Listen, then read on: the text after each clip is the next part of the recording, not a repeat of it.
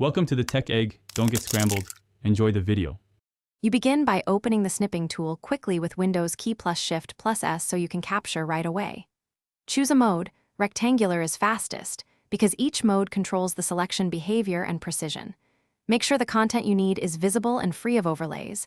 Once done, position the window or area you want.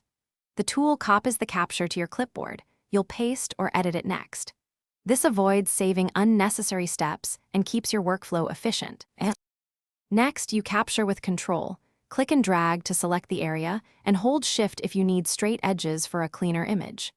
After release, click the Snipping tool notification to open the editor, where you can crop, highlight, or add text. These edits explain context and reduce follow-up edits. Use the pen and highlighter for emphasis, then choose Save or Copy. Because editing immediately reduces rework, you'll maintain accuracy and speed in sharing, or finally, you save and share. Click Save to export a PNG or JPG and pick a clear file name and folder so you can find it later. Or use Copy to paste directly into a document or messaging app, and use Share to send via email or Teams.